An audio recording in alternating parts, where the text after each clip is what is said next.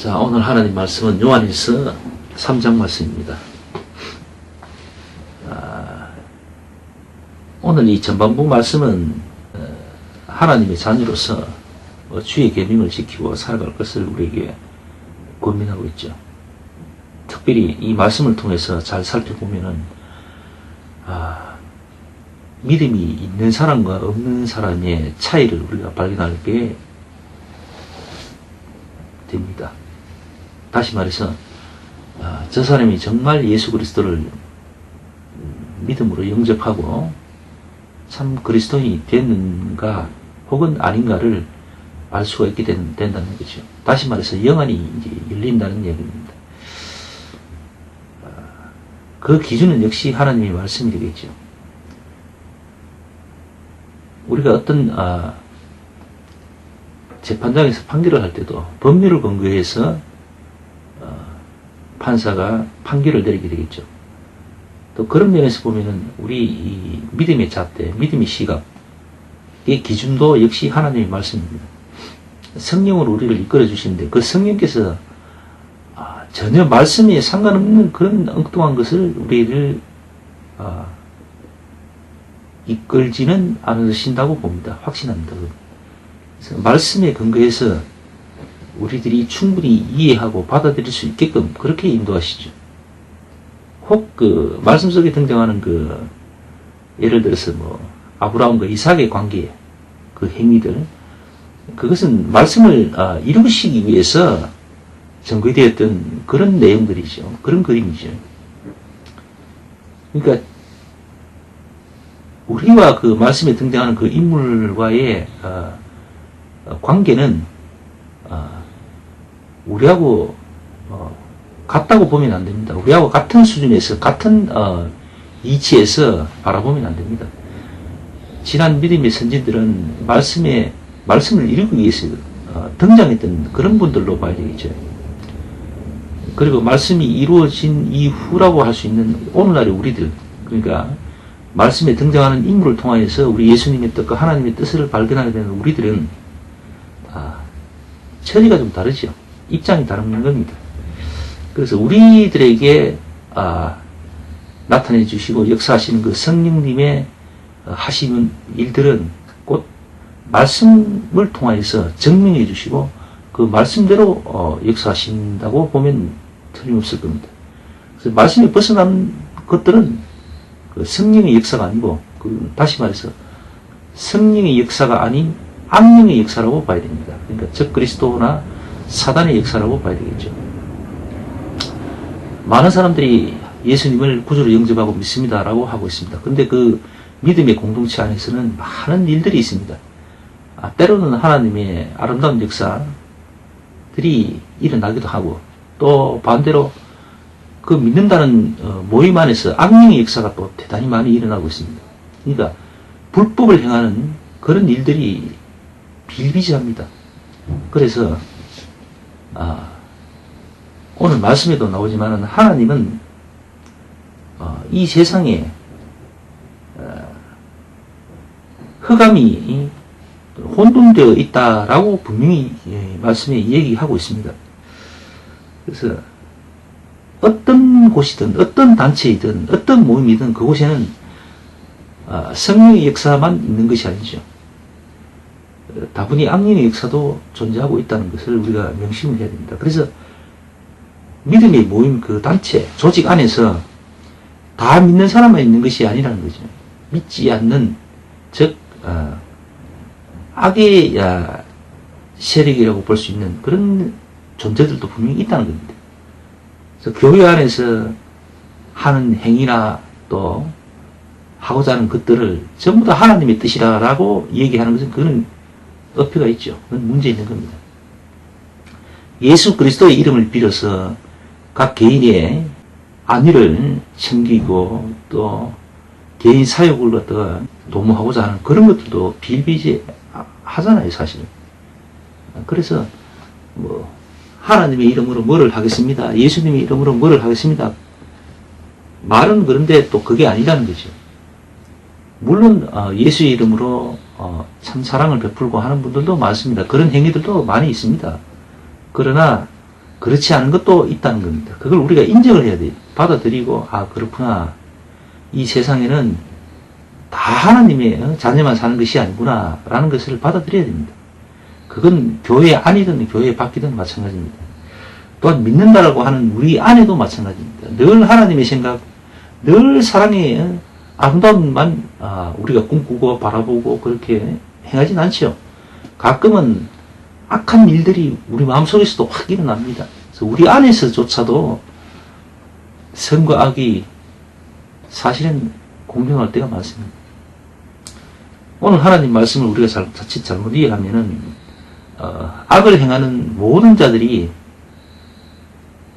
또 모든 것들이 전혀 그냥 하나님과 상관없는 그냥 악한 것들로만 이다라고 정의를 내릴 수 있는 건 또 아닙니다. 잘못 해석한 거지요.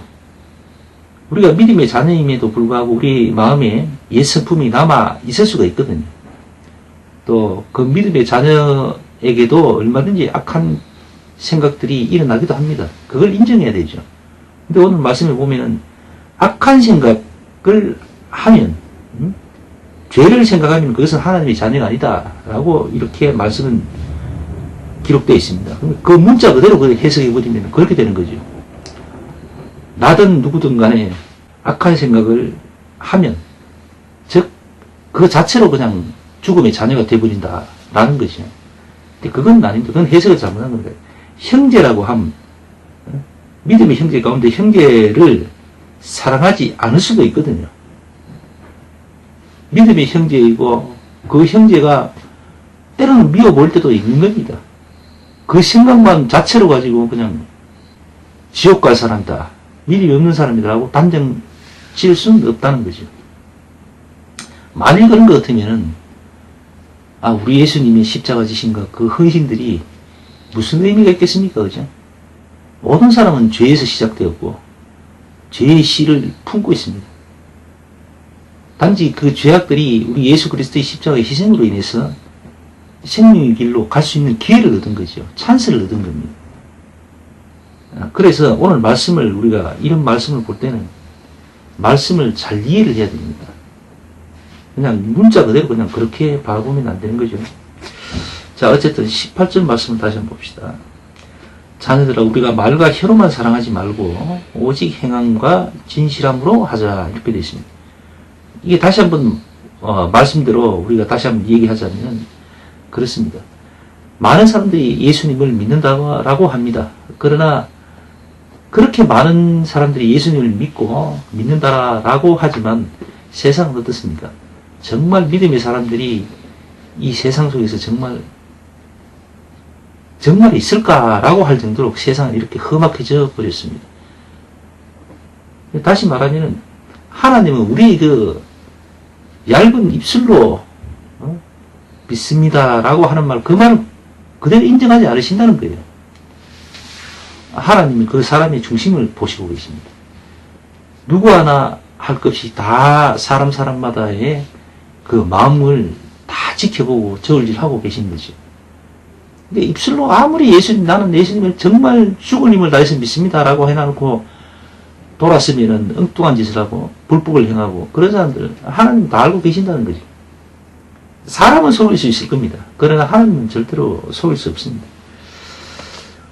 그래서 말씀은 오늘 이렇게 이야기하고 있습니다. 혀로만 사랑하지 말고 행함과 진실함으로 하자, 이렇게 얘기하고 있습니다. 다시 한번 말씀드리지만 지난 대통령이 대통령 취임을 하면서 국가와 나라를 위해서 최선을 다하고 헌신하겠다. 나는 국가와 결혼했습니다. 이렇게까지 얘기했잖아요. 그런데 대통령이 되고 나서 일어난 일들에 대해서 어떻게 했습니까? 국민은 안중에도 없었습니다. 오히려 자기 머리하는 시간이 더 귀하고 소중했던 겁니다. 수백 명의 생명이 죽어가고 있는 순간에도 머리에서 하러 했다고 하잖아요. 그죠? 그럴 정신이 있다는 건 그 자체가 참 일반 상식적으로 이해가 안 되는 그런 일들이잖아요. 그죠? 그러니까 사람은 알 수가 없는 겁니다. 우리가 다음에 좀 있으면 또 대통령 선거를 하잖아요. 지금 각 후보들이 말로는 정말 이 나라를 완전히 깨끗하고 아주 좋은 나라로 싹 다 뒤바꿔 놓고 잘 알 것이 이야기합니다. 이제 절대로 자기 주변에 사람들이 딴짓 못하게끔 하겠습니다라고 이제 큰 장담을 하잖아요. 근데 그렇지 않은 것 같아요. 제가 봤을 때 믿을 수가 없습니다. 만일 내 주위에 그럴 만한 사람들도 있는데 내가 그 사람들이 딴짓 못하게끔 제가 가지고 있는 어떤 권력이라든가 모든 것들을 국가와 또는 법안에서 제도적으로 차단할 수 있게끔 또 응당한 제재를 바로바로 가할 수 있게끔 저한테 주어지는 대통령으로서 저한테 주어지는 모든 것들을 다 들어놓겠습니다. 일반인과 똑같은 자리에서 나는 책임을 지고 절차를 받겠습니다. 이렇게 하고 개헌을 정확하게 약속을 하는 그런 사람이 돼야 되겠죠. 그래야 반 정도라도 믿음을 가질 수가 있겠죠. 믿을 수가 있겠죠. 그러나 그런 분이 안 보입니다. 정말 그렇게 행동할 분이 눈에 보이지 않습니다. 그래서 조금 그런 면에서는 국가적인 관점에서 봤을 때는 좀 암담합니다. 책임 있는 행동들을 제시하는 분이 별로 없잖아요. 자, 어쨌든 오늘 말씀을 보면서 우리가 믿는 사람과 믿지 않는 사람의 차이점을 우리가 알게 되었습니다.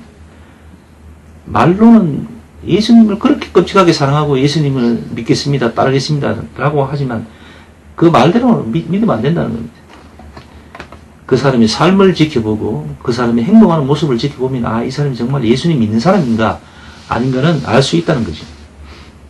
정말 은혜가 있어서 사명 가운데 영안이 열려있는 분들은 쉽게 알 수가 있죠.